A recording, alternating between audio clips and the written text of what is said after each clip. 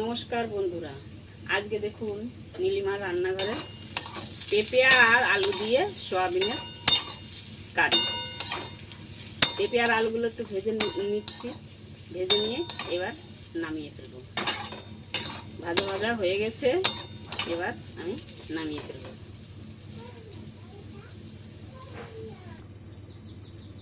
এবার আমি কড়াইতে একটু তেল দিয়ে সয়াবিনগুলো ভেজে নেব।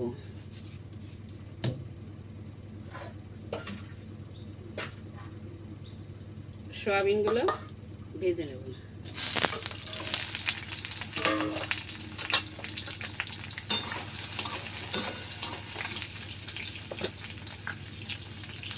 মধ্যে আমি একটু হলুদ আর একটু লবণ দেবো, দিয়ে ভালো করে ভেজে নেব। সোয়াবিনগুলো ভাজা হয়ে গেছে, আমি সোয়াবিনগুলো ঢেলে নেব। এবার ওই কড়াইতে আমি তেল দেব।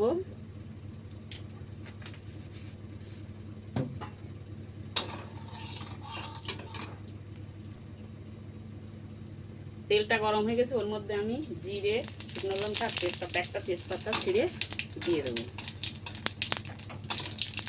দিয়ে এর মধ্যে আমি পেঁয়াজ কুচি দিয়ে দেবো।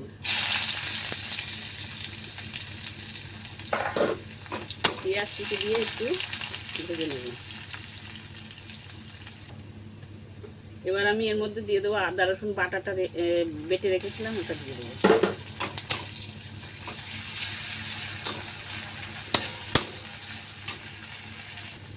এবার এর মধ্যে দিয়ে দেবো আমি একটু স্বাদ মতো লবণ,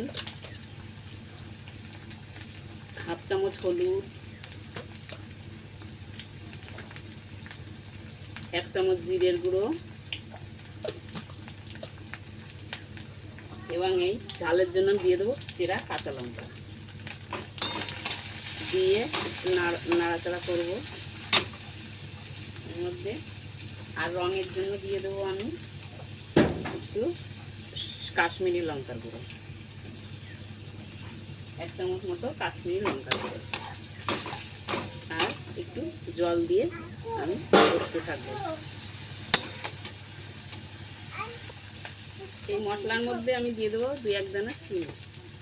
দিয়ে এই যে মশলাটা কষা হয়ে গেছে, এর মধ্যে আমি দিয়ে দেবো এবার সবজিগুলো দিয়ে দেবো। আলু আর পেঁপেগুলো ভেজে রেখেছিলাম, ওগুলো দিয়ে দেবো।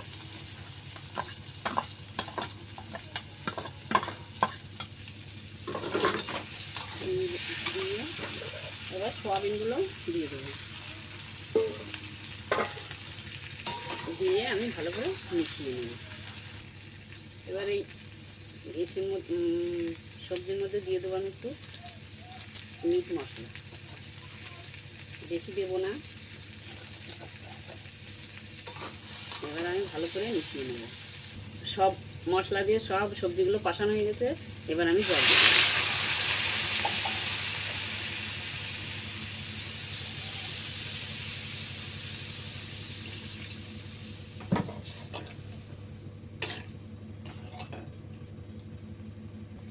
এবার আমি ঢেকে দেব সবজি পেঁপে আলুগুলো একটু সিদ্ধ হওয়ার জন্য। দেখুন বন্ধুরা, এই যে ঢাকনা নামিয়ে ফেললাম। এবার দেখুন কত সুন্দর হয়েছে। আপনারাও এইভাবে ট্রাই করে দেখুন, কত সুন্দর খেতে টেস্টি লাগে। এবার আমি গরম মশলা দিয়ে নামিয়ে ফেলব। গরম মশলা দিয়ে আর কিচ্ছু করব না, এবার নামিয়ে ফেলব। দেখুন বন্ধুরা, এই রেসিপিটা দেখে আপনারা একবার করে বাড়িতে করে খেয়ে দেখুন, কত সুন্দর লাগে। আপনাদের যদি এই রেসিপিটা ভালো লাগে তাহলে আমাকে লাইক কমেন্ট করতে ভুলবেন না। প্রচুর প্রচুর পরিমাণে লাইক কমেন্ট শেয়ার করবেন। এবার আমি নামিয়ে ফেলব।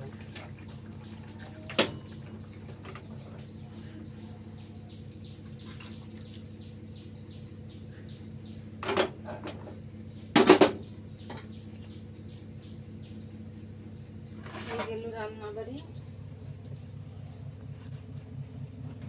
দেখুন বন্ধুরা, কত সুন্দর হয়েছে। প্লিজ প্লিজ আপনারা এভাবে একবার বাড়িতে ট্রাই করে দেখুন, খেতে কত মজা লাগে।